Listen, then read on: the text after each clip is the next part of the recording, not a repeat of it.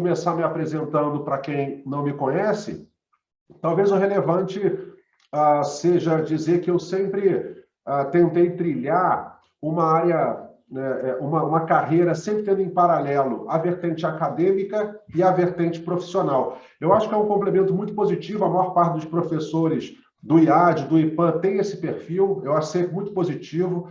Então, eu me formei, né, na minha licenciatura, foi em comunicação social. Depois, eu fiz um mestrado, uma pós-graduação no Reino Unido, vim para Portugal em 2015 para fazer o doutoramento. Cheguei a fazer 3 anos lá na Universidade do Porto, na Faculdade de Engenharia. Não consegui estudar o que eu queria, o que me dá prazer, e aí, como graças a Deus, hoje eu consigo me dar o luxo de ter um pouco mais de prazer do que obrigações na vida profissional. Então, eu decidi ir para a Universidade do Minho, onde estou agora estudando o que eu gosto, que é sempre coisas voltadas para a história do marketing. Eu gosto desse assunto. Já, inclusive, li um pouco sobre história de branding também. Tem um artigo para recomendar. Quem quiser, eu vou deixar meus contatos. Vocês podem me lembrar que eu envio sobre a história do branding, que é interessantíssima. Portugal, inclusive, envolvido por conta de todos os aspectos da relevância comercial que Portugal teve. É muito interessante. Tá? Então, é a área que eu gosto. Tenho estudado a história do marketing de serviços, que inevitavelmente também é uma área que tem a ver com o que vocês vão lidar, né? Essas bandeirinhas aqui em cima é porque eu nasci na Bélgica, entretanto sou brasileiro, morei boa parte da minha vida no Brasil, fiquei um tempo na Austrália e moro em Portugal desde 2015, portanto.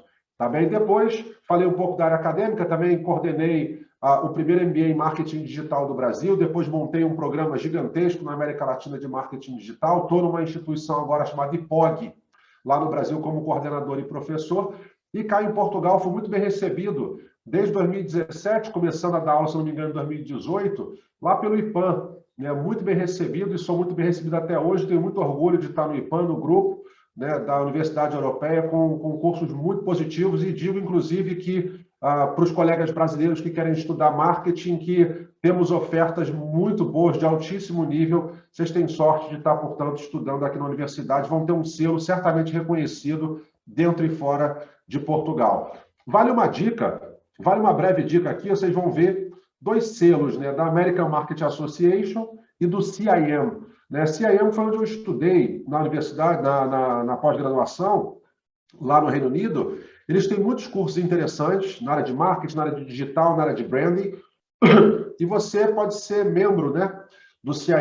E diferente de outras memberships, que você basicamente paga e você vira membro, essa você vai conquistando aos poucos.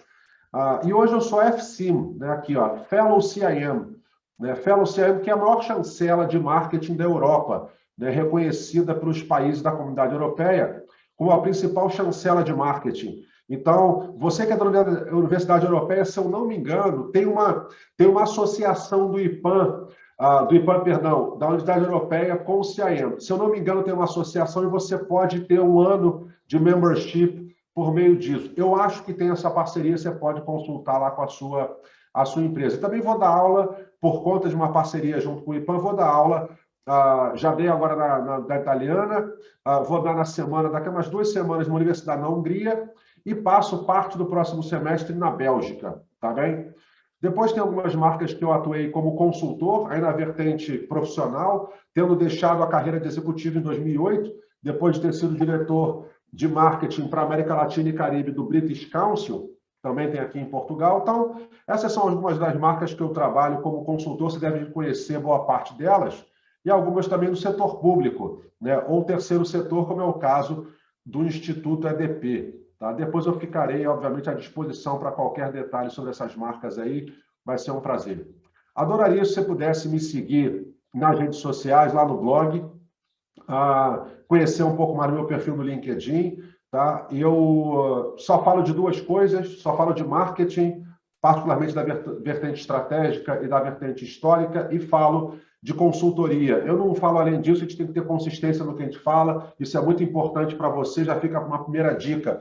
Vamos voltar nesse ponto, mas para a sua marca, né, a questão da consistência, né, a consistência e a fidelidade com o seu DNA. Então, meu DNA, por qualquer motivo, eu não saberia explicar, eu teria que passar mais uns 9 anos no psicólogo para descobrir isso, mas tem muito a ver com ter uma visão um pouco mais crítica, um pouco mais fria em relação ao mercado, particularmente em relação à área digital. Eu trabalho com internet desde 97, talvez alguns de vocês não fossem nascidos ainda nessa época, já há muito tempo, então sou muito crítico em relação ao próprio marketing, ao digital, e acho que são visões muito saudáveis que eu tento compartilhar, e falo só do que eu acho que sei, né? Embora só sei que nada sei, como fala lá Aristóteles, eu acho que eu entendo alguma coisa de marketing na área estratégica, de planeamento e de consultoria, né? Então, são os assuntos que eu trato, tá? Ficarei feliz se você puder acompanhar, caso você goste desses dois assuntos, obviamente.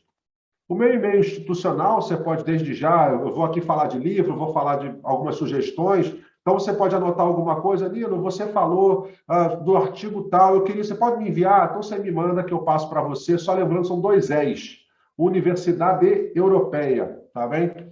E por fim, essa palestra, esses slides que eu estou mostrando para você agora, você já pode baixar aqui, olha, bit.ly/pgbrand, né, com as letras maiúsculas, aqui nesse início, 2021, underscore 2021, ou então você tira com seu telemóvel o QR Code para poder ter essa palestra, ou então você esquece, certo? Bom, o norte conceitual, mental, que eu queria dar para vocês hoje aqui, isso pode ser um alicerce importante para a gente começar a falar, tem muito a ver com essa história, né, que eu coloquei para você poder imaginar, né, numa geografia acidentada lá dos fiordes da Escandinávia, aqueles rochedos negros batendo as ondas, né, fortes, 3 da tarde, aquele fog aquela neblina, que você não enxerga um palmo à sua frente. Então, imagina um cenário como esse. Num cenário como esse, um grupo de engenheiros foi chamado para construir um farol, né, como está aqui. Eles iam construir um troço desse aqui, um farolzito lá. E aí estão lá na obra, né, e tal, e desde que chegaram, um deles reparou que no alto de uma montanha havia um nativo, né, um local dessa ilha, que ficava rindo, apontando o dedo, fazendo piada, achando maior graça nos engenheiros lá trabalhando, né, o dia inteiro, né, sol e chuva. E aí o rapaz ficou lá incomodado, né, esse jovem engenheiro: ô chefe, o cara fica lá rindo da gente, que história é essa e tal? Não, deixa para lá, vamos trabalhar aqui. E aí a rotina foi assim, eles lá trabalhando para construir um farol e o indígena, o nativo, rindo e apontando o dedo. Em certo momento, esse engenheiro mais jovem decidiu ir até lá, né? Não vou tirar satisfação, que história é essa? Deixa para lá, isso aí deve ser um extremista, né? Deixa para lá, vamos fazer aqui o nosso trabalho. Não, você está louco, isso aí é uma falta de respeito, né? E subiu na montanha, chegou lá no alto da montanha, aí cutucou lá: ô fulano, e aí? Aí o nativo olhou assim para trás, assim: ô cara, que desrespeito é esse, bicho? A gente veio aqui construir o farol para poder ajudar a ilha, melhorar a qualidade da vida da ilha, né? Ter mais segurança. As pessoas deixaram suas famílias para poder fazer a obra, teve acidente durante a obra, você fica rindo, apontando o dedo, fazendo graça. Eu não entendi qual é a piada. E aí o nativo falou o seguinte: olha, a minha família está aqui, nessa ilha, há dezenas de gerações, e a gente nunca conseguiu acabar com a neblina. Então, qual é a moral da história que eu queria transmitir nesse nosso início de apresentação?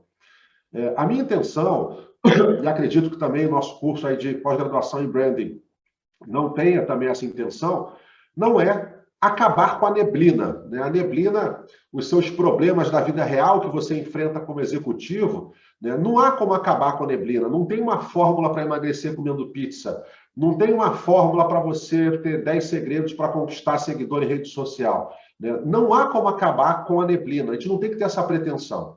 E eu não tenho. Entretanto, eu queria ajudar, né, com esse breve papo que a gente vai ter, a ajudar você a construir alguns faróis, né, com alguns frameworks, algumas ideias, né, alguns insights. Você tem uns faróis para que, quando deparar com a neblina, você consiga se desviar, saber qual é o caminho mais seguro, né? Olha, por aqui não vou me acidentar, se eu for nesse caminho, o navio vai explodir. Então, para que você tenha alicerces, munição, para, face aos problemas da tua vida, você saber como caminhar na neblina. Seguindo, outro ponto importante é que eu vou, né, nesse curto período de tempo, fazer o máximo que tiver ao meu alcance para que você evite estar na posição de ser another brick in the wall, né? Isso aí é uma imagem, quem nunca viu esse clipe ou esse filme, Another Brick in the Wall, do Pink Floyd, certamente conhece a música, né? Se não conhece a música, isso aí você só consegue pagar com 50 chibatadas e ficar ajoelhado no milho.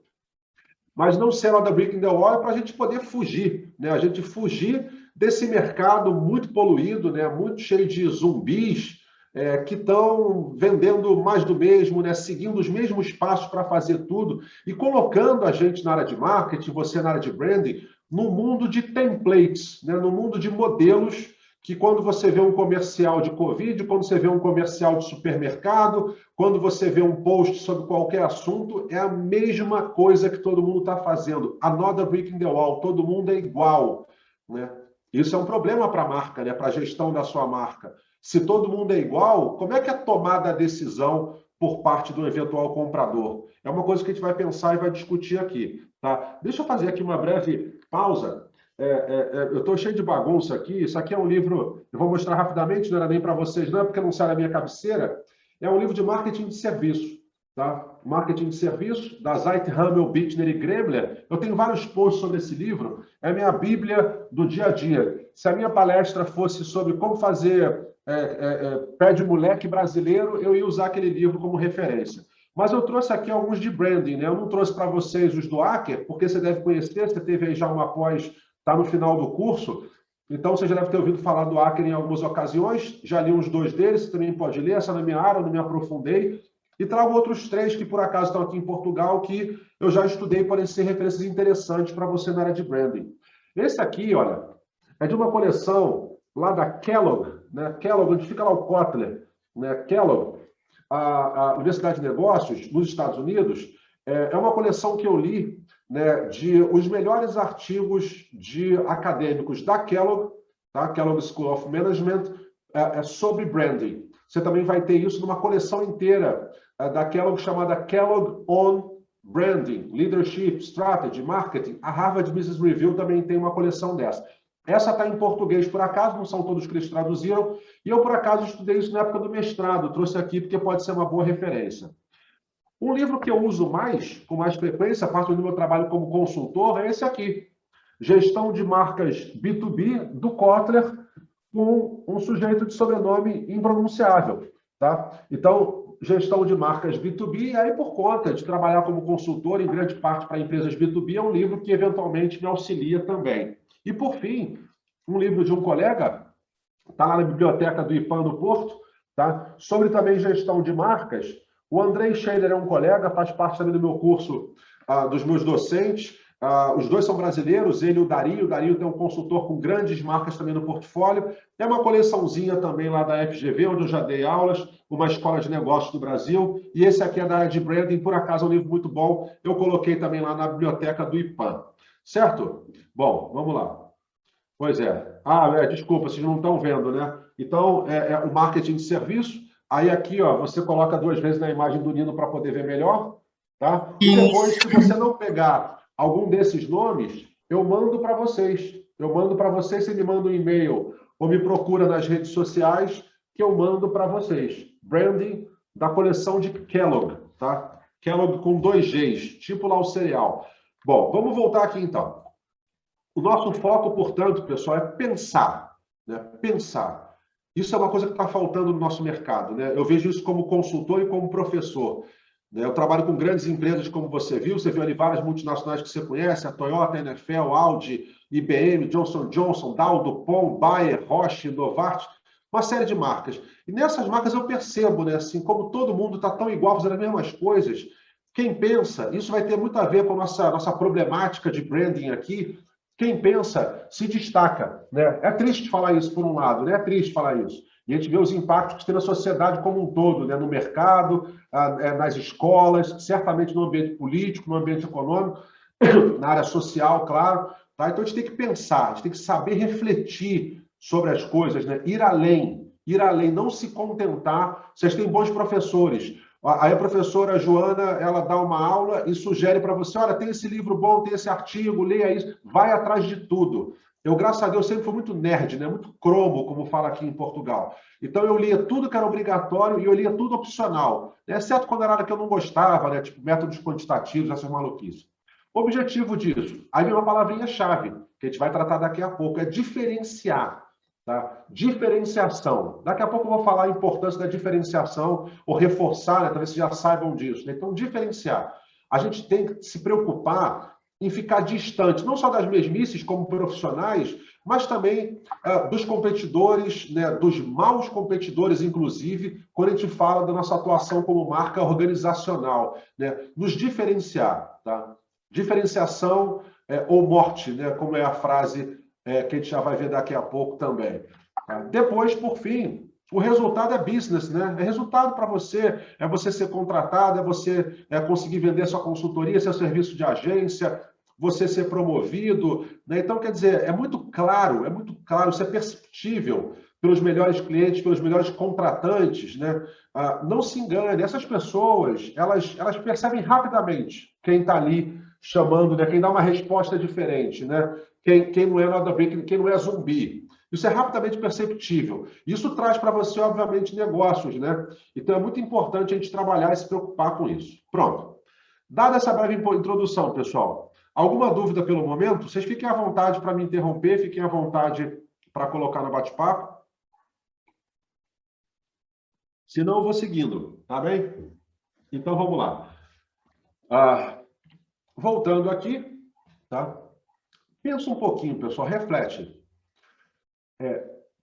O que leva alguém, né? Como é que acontece o processo lá dentro de um comprador seu, de uma empresa que vai contratar, de um fulano que vai te contratar, vai comprar o seu produto, vai comprar o seu serviço? Como é que esse camarada, o que se passa dentro dele para ele decidir que vai comprar o João e não a Maria, né? Aí você tem umas respostas muito comuns se você procurar por isso na internet. Né? Normalmente você vai cair em alguma coisa ligada a funil, que é um grande problema que a gente tem essa questão dos funis, né? Aí seria papo uma outra aula. Né? Eu acredito, né, nesse modelo que eu extraí de diversas fontes que trabalham com processo decisório, que trabalham com comportamento do consumidor. Também tenho livros para indicar nessas áreas, está lá inclusive no YouTube, no meu blog. Eu falo de livros tanto de comportamento do consumidor como de processo decisório. E tem aqui embaixo 3 fontes para você poder pensar. Basicamente, o que a gente está vendo aqui é o espectro, né, que é tido como as fases do processo de decisão de compra. Eu, por acaso, fiz aqui um case sobre consultorias e agências para usar para uma outra turma, né, que pode caber para algum de vocês. Então, é só você mudar aqui escolha do consultor para escolha da marca, escolha da televisão, escolha do curso. Isso aí é indiferente. O processo é esse. Ele começa com uma frustração, né, um desequilíbrio lá no lado do possível comprador. O cara fica desequilibrado por qualquer motivo, e esse desequilíbrio faz com que ele queira equilibrar novamente as coisas, ou no coração dele, ou na cabeça, depois a gente pode discutir esse assunto. Então ele tem um problema qualquer, ele reconhece que existe um problema, e ele vai passar por uma série de fases, né, que terminam, no meu ponto de vista, dentro da ótica de relacionamento, terminam após a compra ter sido efetuada. Né? Então, esse processão, e claro, né, como qualquer processo hierárquico, né, desde as hierarquias das necessidades humanas lá do Maslow, até os funis que você conhece em qualquer blog de terceira categoria que a gente vê na internet, esses processos eu posso ir da fase 0 para 4, voltar para 3, ele não é obrigatoriamente linear. Né? Esse é um dos grandes problemas que a gente tem nos funis de hoje. Ele não é linear, necessariamente. Né?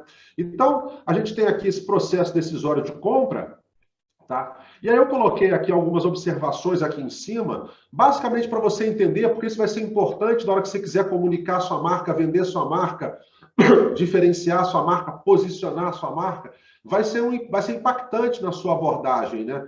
Quanto mais aqui para a esquerda, mais o cliente está sozinho nesse dilema que ele começou a sentir, e conforme ele for se aproximando do momento da compra, ele fica menos sozinho, ou seja, ele fica mais próximo de outras pessoas que vão impactar, pessoas, organizações, etc., e também de você, como uma potencial alternativa. Né? Então, sozinho, quando ele está lá na casa dele, sentiu que tem algum tipo de problema, conforme ele vai chegando perto da compra, ele se aproxima da tua marca, ele tende a se aproximar da sua marca. E depois que a compra é efetuada, né, aí, a depender do serviço ou do produto, ele volta a ficar um pouco mais sozinho e depende de uma de uma proação sua, de um movimento proativo seu em querer manter, né, e fomentar um relacionamento com ele, que obviamente é extremamente desejável em quase qualquer caso que você puder imaginar. Depois eu trouxe aqui uma curiosidade, né, só para você poder entender que dentro do que talvez você conheça dos funis tradicionais, representados aqui dessa forma, né, o funil lá típico, esse funil ele já se mostra capenga, entre outros motivos, porque ele trabalha basicamente nos pontos de dentro, né, do processo, né, nesses pontos aqui de dentro, o que é compreensível. O que é compreensível porque quando ele começa a procurar informação ativamente, é que ele vai ter chance de te encontrar conscientemente, né? Então é um pouco compreensível. Então o funil tradicional ele é isso, mas o funil tradicional também ele tende a deixar de fora o que acontece no pós-venda, né? Imaginando que depois que eu comprei um apartamento, um seguro de vida ou um curso de pós-graduação, acabou o meu relacionamento com aquela empresa, o que é um tanto quanto ignorante, óbvio, né? Então, aqui é o que você conhece como funil tradicional. Depois, também, para ajudar você a pensar um pouco, a Zemote e Mote, não vamos ter tempo de falar disso aqui, mas é o momento da verdade, a hora da verdade, o mote, né? Moment of Truth, que o nome lá de marketing de serviço, lá naquele livro, você vai ver encontro de serviços, um conceito importantíssimo para todos nós o tempo inteiro, particularmente, mas não só para quem trabalha com serviço, tá? Um conceito que vem na década de 80 e hoje é o problema que está aí embasando as discussões sobre robôs atendendo humanos, né? O mesmo conceito da década de 80, que é a base da interação entre humanos e robôs, por exemplo. Então, a hora da verdade, ou encontro de serviço, o Google, depois de 2000 e pouco, ele sugeriu o momento zero da verdade, né? O ZMOT, Zero Moment of Truth, que é quando, sem ser dentro da tua consciência como organização, um potencial cliente entra em um contato com a sua marca a despeito de você não ter qualquer controle ou até ciência sobre isso. Então, coloquei também como curiosidade em que momentos pode ter o encontro de serviço, tá? E depois aqui em verde, é um funil um pouco mais sofisticado, ali em 2010 começou numa pesquisa da Harvard com McKinsey e depois novamente Harvard em 2014, se eu não me engano, que é um funil que faz um pouco mais de sentido, que seria esse que está aqui em verdinho. Isso aqui é só para te mostrar como é que funciona a resposta daquela minha primeira pergunta, né? O que que faz, né? Quais são os passos, o que que leva, como é que se dá o processo de alguém que quer comprar de você. Porque quando a gente fala de marca, importância da marca, etc., eu tenho desafios, né? Eu já nasço com desafios, né? Eu tenho que ser conhecido, depois o cara tem que se interessar por mim, né? O camarada tem que escolher entre outras alternativas, comprar, depois se manter fiel à minha marca, que seria desejável, etc. Então, é importante você saber como é que se dá esse processo, obviamente. Basicamente, se a gente fosse resumir, é isso, né? O cara tem que me conhecer, comprar de mim em algum momento, né? O que eu desejo, né? Óbvio, né? Se também não comprar e só me conhecer, legal, vamos ser amigos, mas você não é ou não pode ser, muitas vezes não pode, né? Então, para ser um prospect, tem que ter um pré-requisito, tem que ter o potencial de realmente me comprar. Não adianta nada eu adorar, seguir, comentar, compartilhar, ter blog sobre a Ferrari, se eu não tenho 1 milhão de euros para poder comprar. É inútil para eles, Ferrari, né? Então, conhecer, comprar e, eventualmente, ter algum tipo de relacionamento, tá? E isso aqui, pessoal, se dá no ecossistema. No ecossistema de marketing que é tão bobo quanto. Tem lá as pessoas, né, o público, os stakeholders. Claro que alguns me interessam mais do que outros.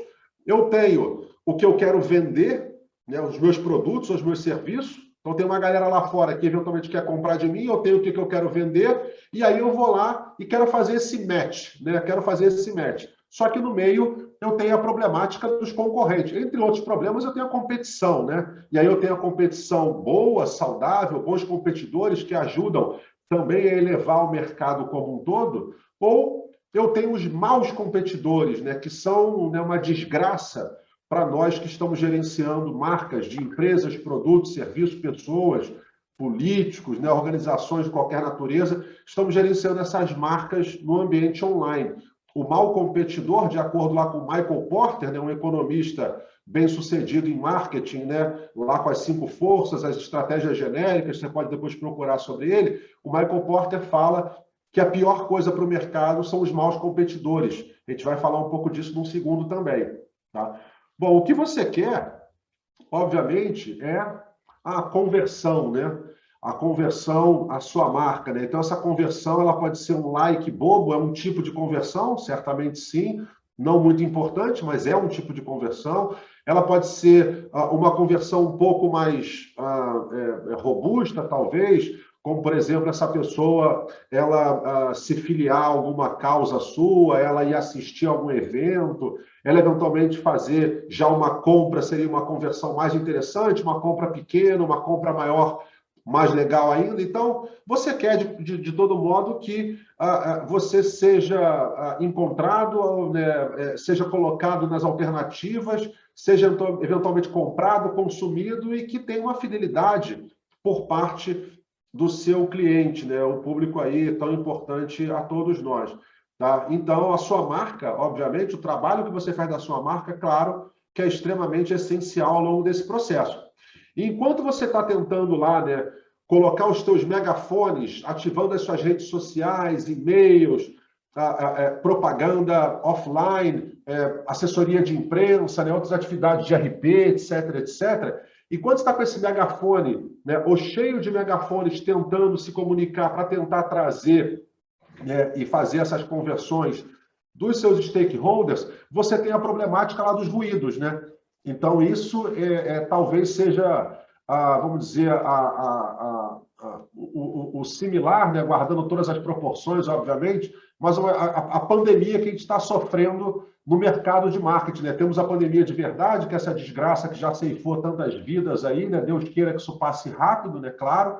E temos uma pandemia também no nosso mercado, né? Na área de marketing, na área de branding, na área de digital, né? Que é a praga dos gurus, né? E dos falsos profetas, né? Aí, inclusive, infelizmente, né? Muito triste saber também que temos aí uns 2 representantes portugueses sendo aí procurados pela justiça, etc., ou processados. No Brasil temos muito mais do que 2 também, de uma forma muito triste, né? Lá o mercado é muito mais poluído nesse sentido. Então, quando você está fazendo um trabalho decente, um trabalho estrategicamente bem pensado, né, com muita reflexão, você tem esse monte de maluquice, né? O cara lá dando Lamborghini, o outro dizendo que só vai existir negócio se trabalhar com a internet, né, no futuro, né, e tal. Quer dizer, uma coisa que eu devo ouvir desde a década de 90, quando começou a internet, né? Daqui a 5 anos não tem mais nada offline, né? Eu até hoje compro aqui na porta da minha casa, vem a tia, a senhorinha lá da padaria, com o carrinho dela para comprar pão, e eu e toda a vizinhança compramos pão dela, ela não tem internet, eu não sei nem o telefone, nem o nome dela eu sei, né? Então a gente sabe que não é por aí. Depois aqui, né, na época de pandemia, teve muito isso, né? Você vê, de 440 euros por 25. Isso aqui é uma pessoa que não tem a menor compreensão do que é branding, do que é marketing, né? Da importância de você pensar estrategicamente na sua precificação, como esse americano aqui também, né? Você vai ter um desconto de $4.500. Esses problemas que a gente está vivenciando no mercado, e você vive isso como profissional na hora de você querer aparecer para uma empresa, você vive isso como fornecedor, na hora de você buscar potenciais clientes, vai ter uma reunião lá, porque o seu cliente já foi impactado por esse monte de lixo. Você vive isso como empresa, porque você quer passar as coisas bacanas que você faz, as coisas interessantes que você quer propor lá para os seus públicos, e tem um monte de gente prometendo um monte de coisa e falando um monte de besteira. Então, isso é ruim para a gente. É ruim para a gente em termos práticos, né? A sua mensagem fica afogada no meio de tanta maluquice desesperadora, né? Você fica refém, né, dessa poluição que vai à superfície da internet. Então, quando eu procuro no Google, é só lixo que vem, né? Porque o lixo ele consegue cativar as massas de incautos, de leigos, de ignorantes no sentido não pejorativo.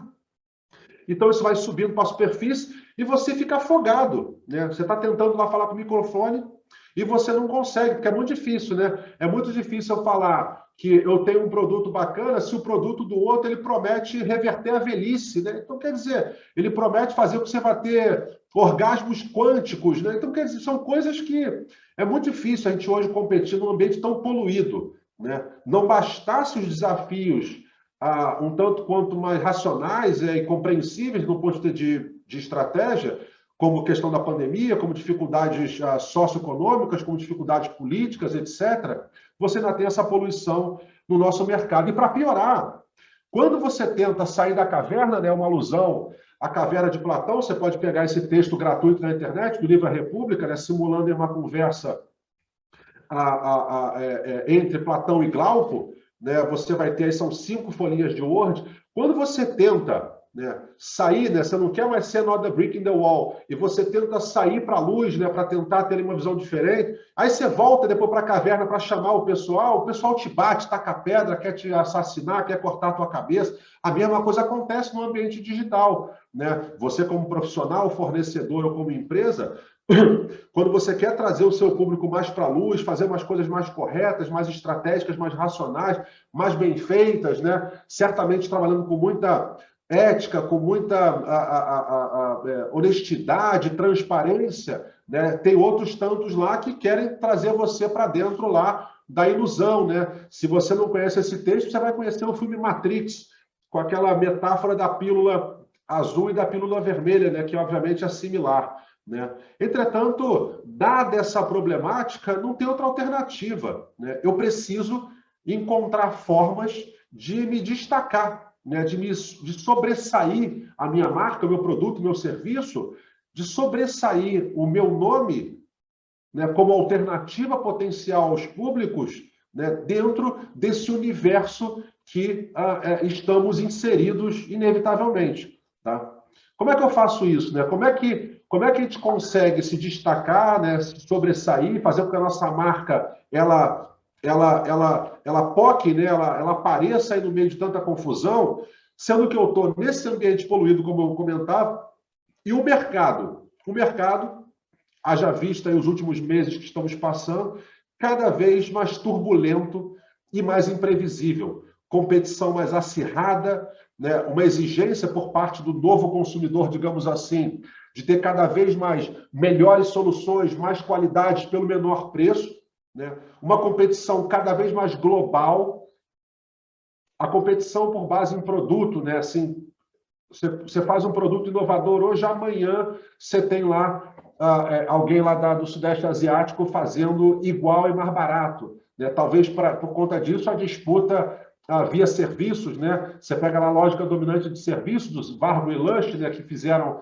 o artigo pela primeira vez, né? O artigo levou 15 anos para ser feito, em 2004, posso também passar esse artigo da lógica dominante de serviços, para tentar fazer com que a gente consiga competir nesse mercado bagunçado, né, e parecendo um furacão que não é mais um momento, né? O nosso status quo é turbulência, é mudança constante, né? É instabilidade, né? Isso não é um momento, não é uma fase, é a nova definição do mercado. Nosso dia a dia vai ser assim de agora em diante. Para marketing ou para branding, se a gente quiser colocar aqui, me destacar no mercado igual a me diferenciar, né? Aí a gente volta para aquela palavrinha lá da diferenciação. E aí você deve ter ouvido já falar uma expressão chamada differentiate or die. Diferencie-se ou morra, né? Diferenciação. Essa frase é do Jack Trout, deve ter ouvido falar também, um cara de posicionamento, que a gente vai daqui a 2 minutos tocar nesse ponto de posicionamento. Então, a única solução que eu tenho é me diferenciar desse mercado, né? Essa coisa de sair da mesmice, se distanciar dos zumbis, se distanciar do competidor ruim, aparecer lá com guarda-chuvazinho verde no meio de guarda-chuva preto, isso é você se diferenciar. E se você pegar aí na minha opinião, né, os melhores estrategistas de marketing, né, desde a primeira proposta dessa tese, na década de 50, né, pelo Smith, falando que só tem 2 verdadeiras estratégias de marketing, né, segmentação e diferenciação. Então, a diferenciação certamente é importantíssima, né? A diferenciação vai fazer, ao longo daquele processo que eu mostrava nos primeiros slides, quando o seu consumidor for pensar, eu vou escolher pelo João ou pela Maria, né? Então, essa dúvida, seja externada ou não, ela está o tempo inteiro na cabeça do seu potencial comprador, né? Opto por essa alternativa ou por essa. Compro esse ou compro... É o tempo inteiro. Mel, noz... né? Vou colocar gasóleo na Galp ou no Jumbo, tudo a gente pensa é isso ou aquilo, né? Pelo menos tem 2 comparações, às vezes tem até mais comparações, né? E na hora de pensar, de ser confrontado com essa questão, o seu potencial consumidor, ele vai pensar em formas de racionalizar e chegar a essa resposta. Eu prefiro o Nino porque ele tem barba, é alto e mora em Portugal. Ou eu prefiro a Maria porque eu prefiro trabalhar com mulheres, que elas são muito superiores aos homens. Né? Então, ele vai buscar dentro dele alguns fatores, né, para justificar para ele mesmo por que, né, que ele vai escolher a marca A ou B. Né? Ou seja, quais os diferenciais da marca A que me fizeram preferir essa marca em detrimento da marca B. E aí eu dou uma dica muito breve, que para você pensar nesses diferenciais, primeiro, você não vá longe, né? Não pensa mais do que 5 diferenciais, porque esses diferenciais eles vão ter que ser sistematicamente trabalhados por você, né? Comunicados, né? Injetados na veia, lá dentro, né? no DNA da sua empresa. Tá? Então tem que ser pouco, tem que ser gerenciável, tem que ser realista. Né? Então pense em poucos diferenciais sempre que cumpram.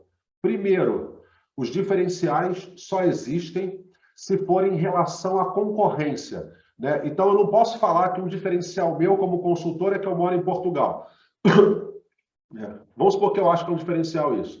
Quando eu vou falar, né, quando eu vou lá pesquisar os meus competidores, eu vejo que, de fato, o pessoal que compete comigo lá no mercado brasileiro, só eu estou em Portugal. Então, me parece que é um diferencial ainda na minha cabeça. Então, a primeira coisa tem que ser em relação à concorrência. Nesse caso, está valendo ainda. Depois, eu tenho que conferir com o cliente. Eu tenho que ver, acima de tudo, se para o cliente aquilo é um diferencial. Cliente, para você é um diferencial estar em Portugal? Não, Nino, pelo contrário, é horrível. Né? Porque eu queria alguém que estivesse aqui do meu lado. Então, não é um diferencial. Nesse caso, inclusive, é o contrário. Então, o diferencial, pessoal, só vale se, né, você vai observar o que você acha que é diferencial em você, tem uma forma de fazer isso, como é que são quais são os diferenciais que você tem. Depois, se você fizer essa listinha, você faz o primeiro contraste em relação à concorrência. Se o cara também tiver, ou então se for uma coisa que não, mas a minha equipe é muito qualificada, poxa, a dele também é, como é que eu vou provar que a minha é mais qualificada do que a dele? Não é diferencial, passa para a próxima. E depois que você fizer o shortlist, passado pelo crivo da comparação com a concorrência, você vai pensar se aqueles diferenciais também são percebidos e valorizados lá por parte do cliente. Aí sim, são diferenciais válidos. E, obviamente, que você e a sua empresa inteira tem que ter isso, como eu falei, no DNA, na ponta da língua. A coisa mais comum que eu vejo quando eu vou fazer consultoria, eu converso lá com o board, ou com o leadership team, ou então com o C-level, como você quiser chamar, vou conversar com eles e percebo que há dissonâncias entre a compreensão de um ou de outro acerca do que são diferenciais da empresa. Esquece, né? Se a liderança da empresa não sabe o que diferencia ela e seus produtos dos demais concorrentes, né? E na cabeça do cliente, como é que outras pessoas da empresa vão saber e como é que lá fora o mundo vai saber? Então é muito importante isso ser algo calcado em pedra, tatuado lá dentro da sua empresa. Nino, desculpe, tenho aqui uma pergunta a propósito disto, que se calhar até aproveitava e fazia para não ficar esquecida. Que o João pergunta se supostamente esta é então uma fase em que devemos fazer bastantes perguntas e inquéritos. Sim, excelente, João. João, eu até por acaso comentava com uma turma hoje minha mais cedo, né, ensinando para eles estratégia de marketing, na verdade, planeamento estratégico de marketing, e eu dizia para eles que o mais importante do estrategista, o mais importante é forte, que eu teria que pensar melhor nessa visão. Então, uma das coisas mais importantes para um estrategista é você sugar o máximo, né, lá do seu objeto, né, do seu cliente, por exemplo, do seu chefe, da sua empresa, dependendo do seu formato de trabalho. Isso significa que, sim, você tem que estar sempre buscando informações o tempo inteiro, por exemplo, fazendo inquéritos, perguntas. Né? Então, nesse caso específico, a maneira como eu trabalho logo quando eu começo o trabalho de planeamento, eu tenho uma fase de definição do objeto de estudo, então qual vai ser a marca estudada, quais vão ser os produtos focais, quais vão ser os competidores focais, os stakeholders em geral, os canais de marketing tratado, etc. São 5 passos. E nesse momento que eu chamo de setup, né, você está meio fazendo a configuração do teu planeamento para ir começar o diagnóstico e seguir o planeamento, eu faço inúmeras entrevistas, né, sempre com os líderes decisores da empresa, obrigatório, tá? Em muitos casos, com algumas áreas intermediárias, no meu caso de marketing, certamente as pessoas de marketing, a pessoa da área comercial, RH, tecnologia, por exemplo, tá? E com clientes. Só que aí clientes, vamos só falar aqui uma coisa, o outro lado, né, chama genericamente cliente quase que qualquer ser humano, né? Então eu divido, né? Você tem lá os prospects, que são pessoas que podem comprar de você. Podem, não é só que eles querem e curtem você, não. É que eles cumprem os pré-requisitos, né? Então, para eu fazer uma pós-graduação, eu tenho que ter uma licenciatura. É um pré-requisito. Eu tenho que ter tanto de dinheiro para comprar o produto tal. É um pré-requisito. Então, os prospects. Do outro lado, os ex-clientes. E dentro de clientes, você também tenta subdividir para poder ilustrar ali os segmentos mais importantes do seu cliente e faz algumas entrevistas, né? Se puder você, como o estrategista da empresa, fazer algumas entrevistas, né? Seria bom.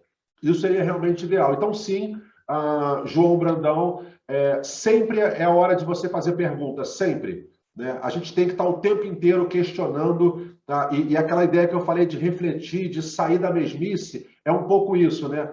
Pô, o cara agora tem um novo funil de marketing. Mas por que esse funil? Agora vamos trabalhar com persona. Mas o que é persona? Por que persona? Da onde persona? Quando você começa a questionar, você começa a incomodar muita gente em alguns casos, mas você ganha um conhecimento que é quase que um superpoder, né? De super-herói lá dos Vingadores, no ambiente organizacional, né? Então, claro, tem que saber fazer as perguntas. Aí já dizia lá um sábio chinês, né, que e aí outros vão pensar que é filósofo, outros vão dizer que são sábios religiosos, mas então algum sábio em algum momento falou que você sabendo fazer a pergunta já é meio caminho andado para a resposta certa. Então, sim, nesse momento particularmente, no começo de um planeamento e na definição de diferenciais, é muito importante fazer perguntas, mas não só, tá? Não apenas. É isso aí, tá bem? Mais perguntas, vocês fiquem à vontade, tá, pessoal? Eu vou fazer uma pergunta para vocês agora. O que é, pessoal? Eu arriscaria dizer ainda mais importante que o posicionamento. E por que eu coloquei essa diferença mais importante que o posicionamento? Até dei a dica, né? Que os diferenciais, né? Porque talvez sem o posicionamento, já que eu falei a resposta, eu vou ter dificuldade de trabalhar, de ver se está certo os meus diferenciais, né? Embora você pense nos diferenciais após ter definido os seus. Você pense no posicionamento após ter definido os seus diferenciais, tá? Mas o posicionamento, ele me parece que é uma coisa mais importante porque ele é a maneira pela qual, tá? Definição by Nino aqui, tá? Isso aí vai ser quase que ridículo perto das definições, vamos dizer, conceitualmente certas de posicionamento. Mas é a maneira pela qual você consegue comunicar, transmitir e deixar solidificado quais são, por exemplo, os seus diferenciais, tá? Então, tá aí, ó, posicionamento, né? Posicionamento. Você viu que eu estou tratando basicamente dois conceitos, que é de marketing, que é de estratégia, que é de branding, né? Diferenciais e posicionamento, né? Não tem como você fazer estratégia sem essas duas coisas, né? E aí, quando eu falo de posicionamento, eu antes dizia que o Smith 57 falou que as duas únicas estratégias são segmentação e diferenciação, né? Então, são as duas únicas que existem. E aí depois vários outros sustentam isso. Inclusive, você vai ver pesquisas pegando lá, seja 5 forças de porta, seja a matriz de Ansoff, BCG, você vai ver que essas possibilidades estratégicas, elas caem em segmentação e posicionamento, né? Segmentação e diferenciação. Então, posicionamento está dentro do processo de segmentação, né? SAP, segmentação, alvo, posicionamento, né? Aí você deve ter já lido sobre isso. Então, segmenting, targeting, positioning, em inglês, STP. Então, posicionamento é o que a gente tem que pensar a partir de agora. Tem algumas definições aí. Adicionalmente a essas definições, a primeira sendo do Kotler, lá junto com o Keller, né, que tem edição nova agora do ano passado em português, está na biblioteca do IAD, da Universidade Europeia e do IPAM, um livro de capa branca, e do Rice e do Trout, que aí também são dois grandes nomes em posicionamento. Eu gosto de pensar o seguinte, né?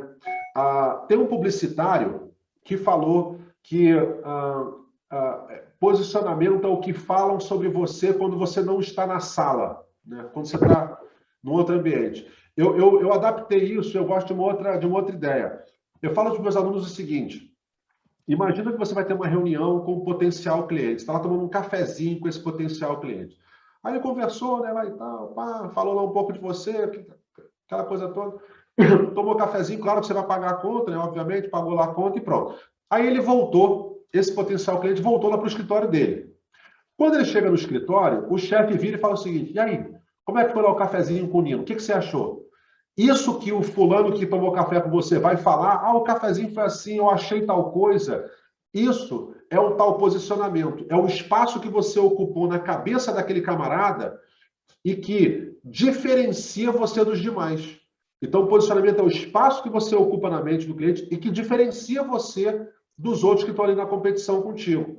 Então, ele vai falar: não, o Nino é assim, ele é assado, gostei disso, me parece tal coisa, parece que é um cara sério, parece que é um cara bem embasado, né? Ele é um camarada que, sei lá, parece simpático. Então, isso tudo que ele vai imaginar é o espaço que você ocupou na cabeça dele.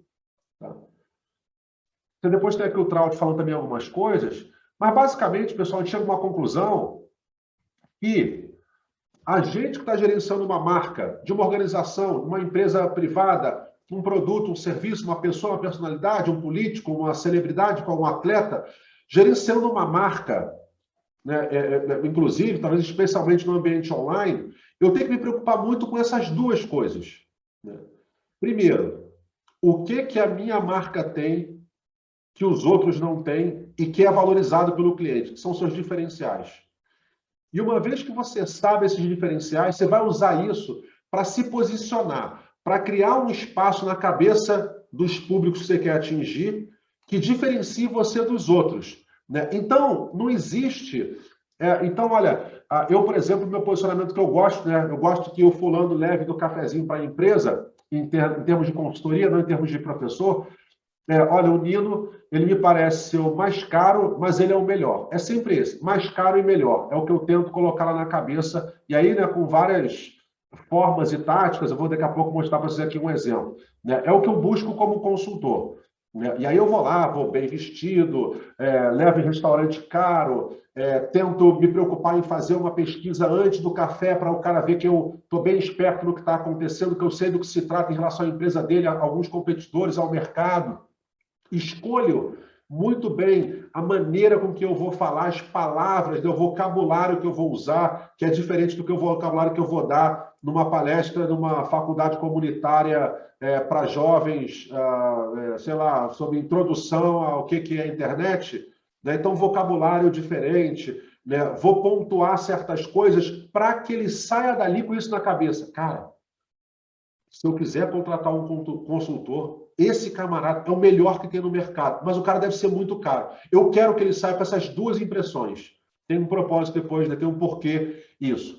Então, para isso, você tem que buscar os seus diferenciais e se posicionar. E a questão do posicionamento, ela não é... Então, como eu falava, né? Ser o melhor, o mais caro, não é necessariamente bom.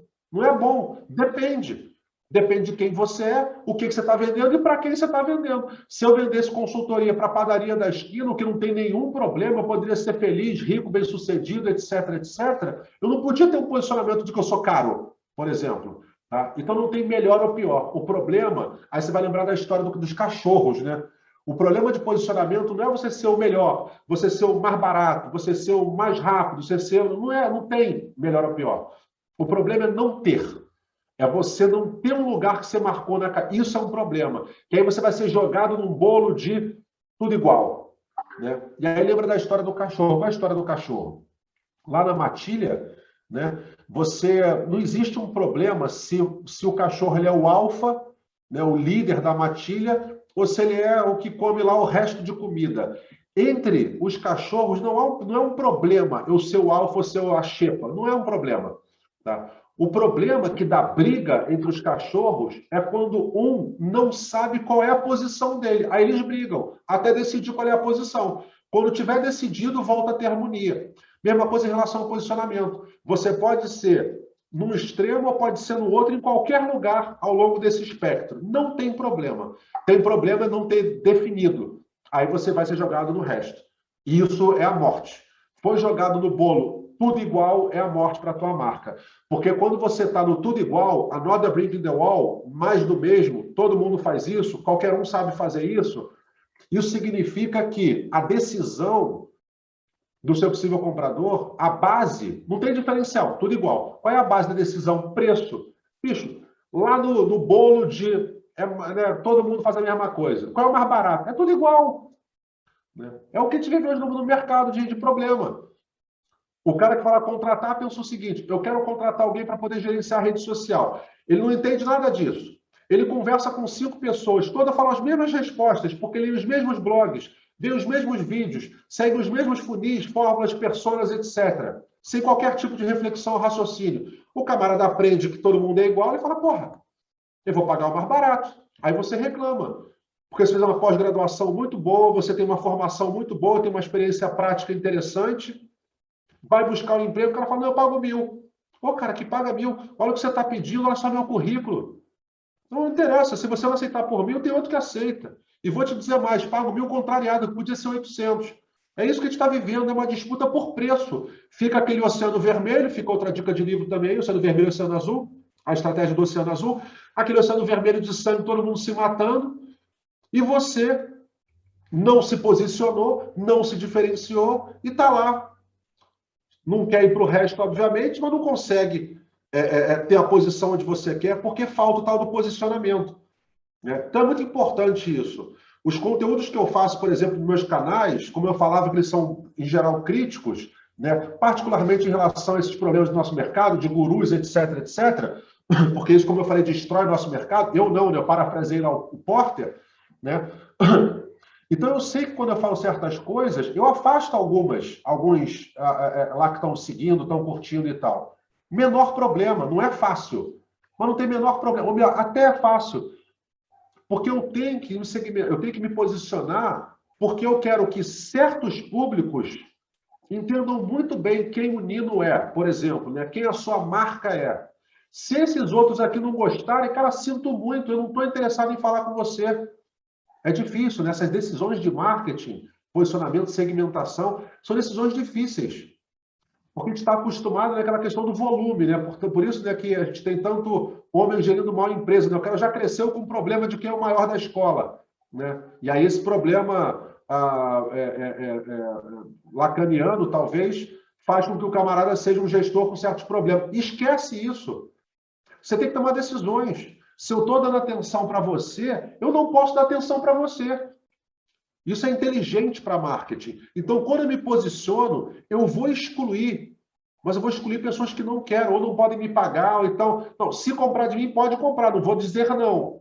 Mas não, eu tenho recursos limitados. Eu tenho que escolher para quem eu vou dar atenção. Eu tenho dinheiro, tempo, recursos humanos, recursos ferramentais, operacionais limitados. Eu não posso fazer tudo. Então, eu tenho que me diferenciar. E eu tenho que me posicionar. Tá? Pronto. Aí vamos lá, ó. Posicionamento. Tudo que você faz, tudo, qualquer coisa, tem que refletir seu posicionamento. Tudo. Uma palestra, um e-mail que você envia. Aí eu falo para aluno, particularmente quando são fornecedores, né? Quando é um fornecedor tem uma agência, tem uma consultoria, por exemplo. Eu falo, gente, não fica falando com o cliente pelo WhatsApp. Ah, mas você é antiquado, o WhatsApp já venceu eleições e tal. Bom, grandes coisas, exemplos que a gente tem de WhatsApp vencendo eleições, né? Como se fosse um grande exemplo. Bom, mas ainda que fosse interessante, no WhatsApp, a coisa, ela vai muito rapidamente para emoticon, gracinha, bobeirinha e tal, risadinha. Ela vai muito para a informalidade. A informalidade, ela vai fazer com que você sabote o teu posicionamento. Né? Porque aí virou brother, sabe? Virou amigo. Não vou dizer não. Não vou ser mais duro quando tem que ser lá com o cliente. Virei amigo, já troco o emoticonzinho com ele. Né? Então, tudo que eu faço, eu tenho que saber, você pode fazer da maneira que você quiser, só que você tem que saber que aquilo, qualquer coisa que você fizer, reflete o seu posicionamento. E deveria também comunicar os seus diferenciais. Outra, né? Desde o primeiro contato com você, caiu no seu site, caiu no seu Instagram, foi numa reuniãozinha com você, num cafezinho, esbarrou com você num evento, ele tem que perceber o teu posicionamento. Se ele conseguir também ter os seus diferenciais, melhor ainda, né? As suas decisões todas afetam o posicionamento. Vou fazer esse trabalho ou não? Vou cobrar esse preço ou não? Vou reduzir tudo isso? Vou dar um tal desconto? Preço é horrível. Mexer em preço é indesejável para marketing, em quase todos os casos, porque afeta muito seu posicionamento, seu direcionamento estratégico. Tá? Para dar aqui um mero exemplo. Né? Tudo que você entregar, né? Essa aula que a gente está tendo, um post que você vai ler do Nino, um vídeo no YouTube, uma reunião que a gente vai ter, aí outro dia você tem um professor, tudo isso vai ser sempre uma problemática de expectativas e percepções. A cada momento que você exalar qualquer coisa, queira você ou não, a outra parte ela tem expectativas em relação a tudo e a todo momento, ela vai receber o que você está exalando, de qualquer forma que você for exalar, e ela vai ter uma percepção em relação àquilo. E na cabeça desse stakeholder, qualquer ele que seja, né, vai ter sempre uma matemática. Olha, eu esperava tal coisa e eu percebi, eu acho que eu recebi essa.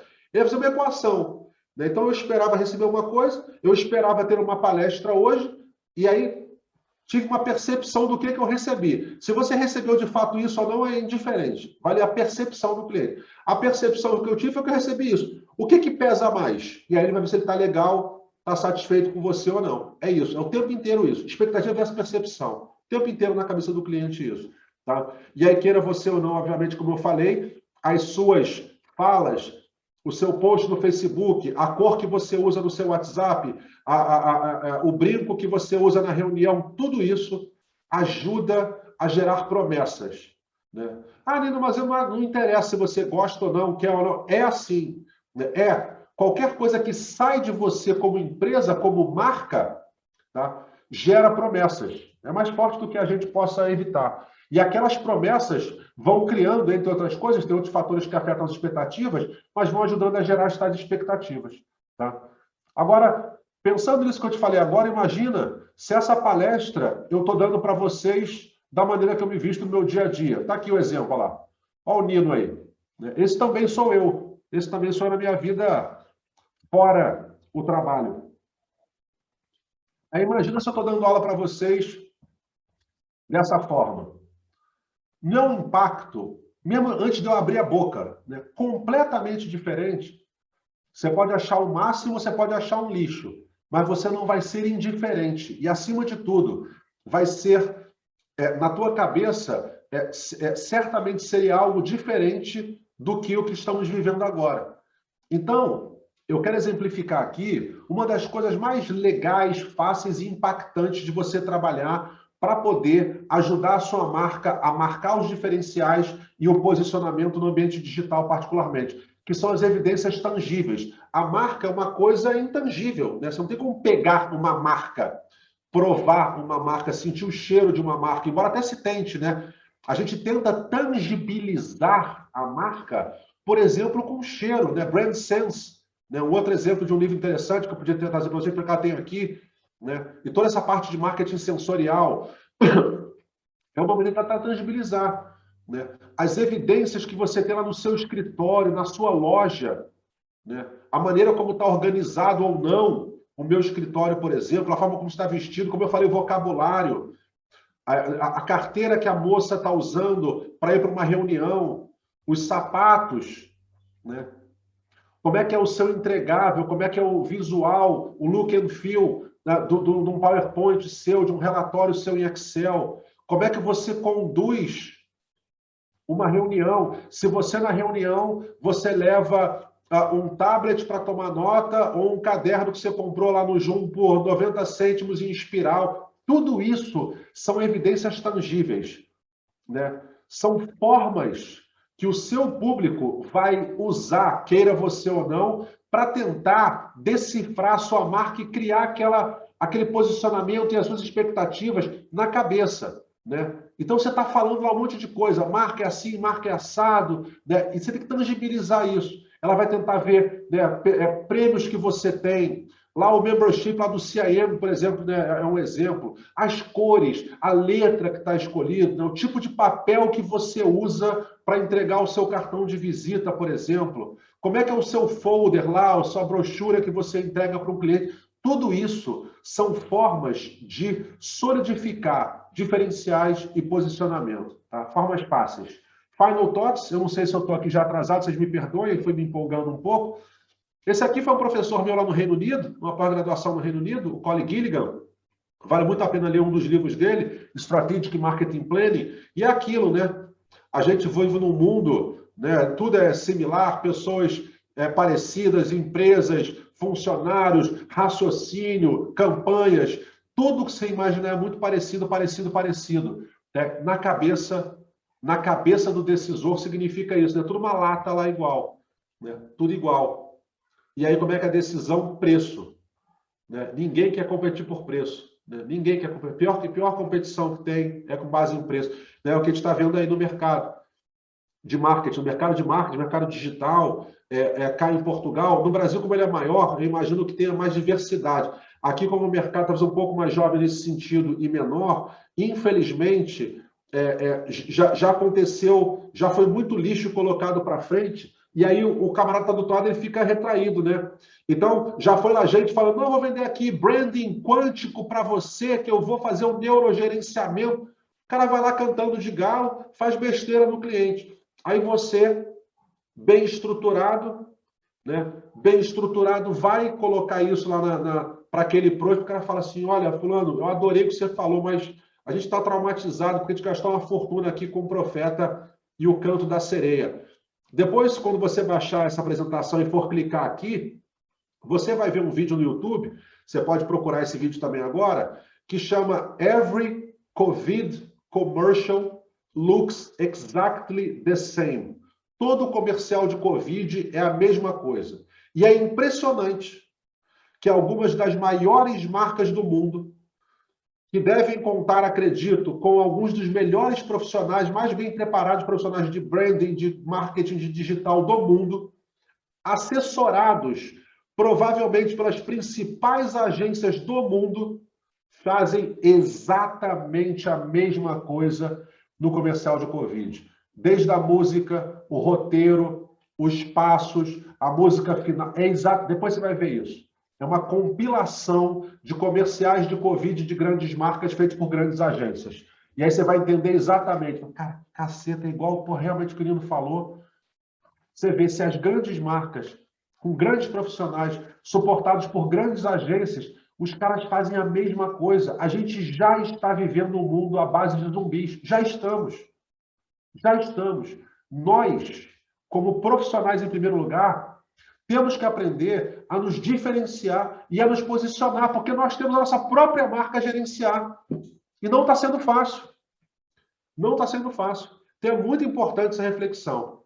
Até porque temos um último alerta aqui, que, galera, 5, 10 anos, mais da metade da população mundial vai estar sem emprego. Não tem. Isso aí, muita gente já falou para parar de pesquisar esse troço. O próprio Stephen Hawking, antes de morrer, para de mexer com Artificial Intelligence. A gente não sabe o que vai acontecer, as consequências disso. Você já vê continente sem ser humano. Matosinhos, por exemplo, tem aqui no Porto. Ah, Nino, mas aí Revolução Industrial. Não, aí você vai ler lá o Harari, o israelense lá Harari, qualquer um dos livros dele. Procura no YouTube palestra dele. Não tem comparação a velocidade e a mudança que é. Ah, mas médico nunca vai ser substituído. Tá bom. Então, médico realmente é uma profissão que, em geral, a gente diz que é muito difícil de haver um substituto robô. Né? Já tem enfermeiro, né? Tem enfermeiro que leva lá, tem operação por robô, já tem tudo isso. Mas vamos supor que dê certo. Médico é difícil. Então, como Harari fala, imagine então que eu leve um médico normal, quando ele vai para a faculdade, ele deve levar o quê? 10 anos para ficar bom, para virar um médico. 10 anos, né? Um ser humano leva para virar médico. Vamos supor que a gente leve 50 anos. 50 anos. Olha como é que as coisas estão evoluindo. Já tem carro flutuando no Japão. Você vai ver a notícia essa semana. Carro flutuando já para ser comercializado no Japão. Né? Isso aí só para... Estamos já quase indo para Marte. Então, repara numa coisa. Vamos então pensar que nesse passo, em 50 anos, é muito tempo. Dá para formar muito médico em 50 anos. Vamos supor que a gente leve 50 anos para chegar na Artificial Intelligence perfeita para reproduzir um médico. Por 50 anos de pesquisa é muito tempo. Conseguimos chegar. Agora temos uma Artificial Intelligence que é um médico de verdade. Legal. 50 anos depois. Depois que conseguiu chegar nisso, é Ctrl+C, Ctrl+V. Aí do primeiro para ter infinito, é Ctrl+C, Ctrl+V. É muito preocupante. Se a gente continuar sendo another brick in the wall, se a gente continuar seguindo lá o curralzito, lá das vaquinhas, né, sem se questionar, né? Então, quando você ouve as coisas da moda, digital não sei o quê, customer journey, não, desculpa, customer success, customer journey também, produto de entrada, persona, vai estudar. Né? Vai estudar de onde é que vem essas coisas, por que elas apareceram, quem foi que criou isso, com qual propósito, né? Se diferencia e se posiciona para marcar o teu espaço no mercado, seja como profissional, seja como empresa.